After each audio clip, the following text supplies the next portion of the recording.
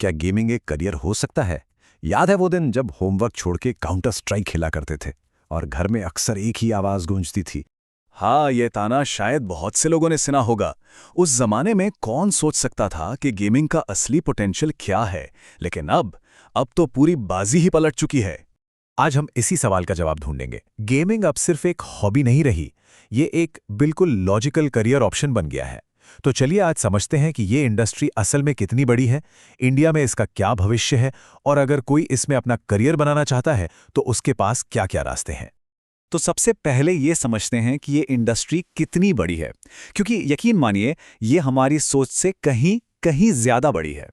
ये बात कोई और नहीं बल्कि इंडिया के सबसे बड़े बिजनेस लीडर्स में से एक मुकेश अंबानी ने कही है। उनका ये विजन साफ दिखाता है कि गेमिंग की पावर कितनी तेजी से बढ़ रही है। अच्छा, आपको अवेंजर्स एंड गेम तो याद ही होगी। पूरी दुनिया में तहलका मचा दिया था इस फिल्म ने। इसका बॉक्स ऑफिस कलेक्शन था $850 मिलियन। सुनने में ये नंबर बहुत बड़ा लगता है ना? तो फिर जरा इस नंबर को देखिए। उसी साल रिलीज हुई ये game call of duty modern warfare ने कमाए $1.9 बिलियन। जी हाँ, एक अकेले गेम ने उस साल की सबसे बड़ी ब्लॉकबस्टर मूवी से 2 गुने से भी ज्यादा की कमाई की थी। और ये सिर्फ एक गेम की कहानी नहीं है। अगर हम पूरी इंडस्ट्री को देखें तो आज ग्लोबल गेमिंग इंडस्ट्री पूरी की पूरी फिल्म इंडस्ट्री से 3 गुना बड़ी है। 3 गुना। ये दिखाता है कि गेमिंग का दबदबा किस लेवल पर पहुंच चुका है। तो ठीक है, दुनिया में तो ये इंडस्ट्री बहुत बड़ी है, लेकिन हमारे भारत में क्या सीन है? आइए देखते हैं कि कैसे इंडिया के लिए ये एक गोल्ड रश यानी एक सुनहरा मौका बन रहा है। बड़ी बड़ी ग्लोबल बातों से हटकर अपने देश का एक उदाहरण लेते हैं। लूडो किंग हम सब ने खेला है। 5 करोड़ से ज्यादा लोग इसे रोज खेलते हैं और इस एक गेम ने सिर्फ एक साल में $20 मिलियन से ज्यादा कमाए। यह साबित करता है कि इंडिया में बने गेम्स भी दुनिया में धूम मचा सकते हैं। लेकिन यहीं पर एक दिलचस्प बात है। देखिए, पूरी दुनिया का गेमिंग मार्केट लगभग $200 बिलियन का है। इसमें चीन का हिस्सा 22% है, अमेरिका का 20% और इंडिया का सिर्फ 1%। अब ये जो इतना बड़ा गैप है ना, यही इंडिया के लिए सबसे बड़ी अपॉर्चुनिटी है।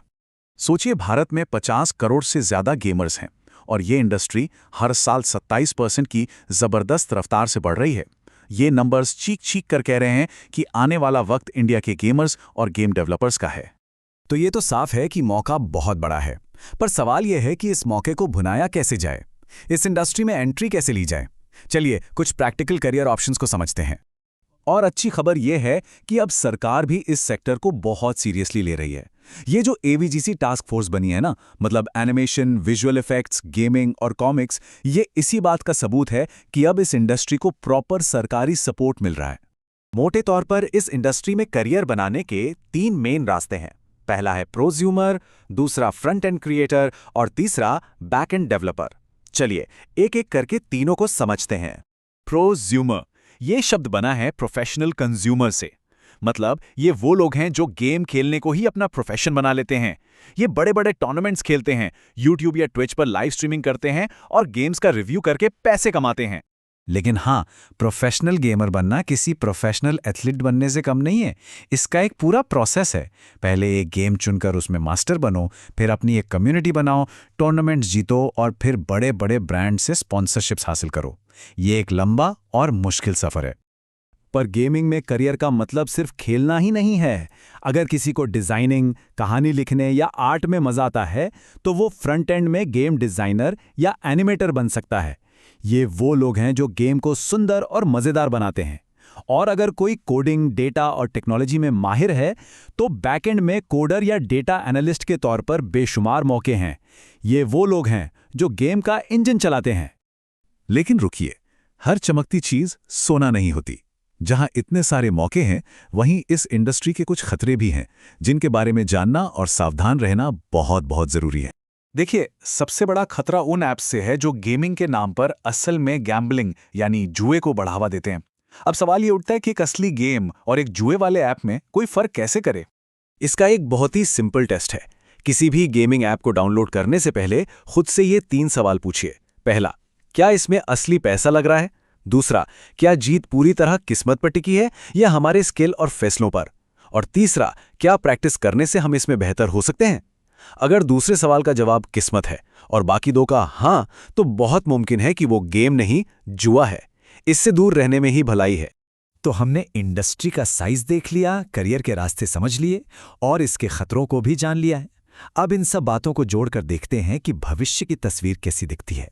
तो आज की सबसे बड़ी बात यह है कि गेमिंग को अब सिर्फ टाइम पास या एक शौक समझना बहुत बड़ी भूल होगी।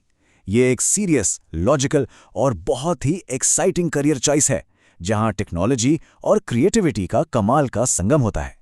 ये $200 बिलियन की ग्लोबल इंडस्ट्री एक बहुत बड़ा मैदान है और भारत के पास इसमें एक टॉप प्लेयर बनने का हर मौका है। जहां इतना स्कोप है, वहां उम्मीद तो है ही। अब सवाल सिर्फ एक बचता है, इस ग्लोबल गेम में भारत अपनी जीत कैसे पक्की करेगा।